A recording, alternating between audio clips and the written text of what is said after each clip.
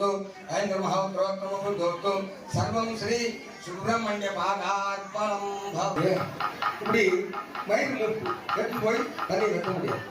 அதனால என்ன பண்ணிட்டு இந்த மாதிரி ஒரு பொண்ணு வீட்டில் இருந்தா இந்த பொண்ணு என்ன பண்ணா பாட்டி சும்மா ஞாபகம் வேலை வாங்குது உட்காந்து வேலை வாங்குது மழை பெய்யும் கூட வேலை வாங்குது யோசனை பண்ணிட்டு நேராக ரூமுக்கு போய் அந்த அண்டாவை எடுத்து வந்து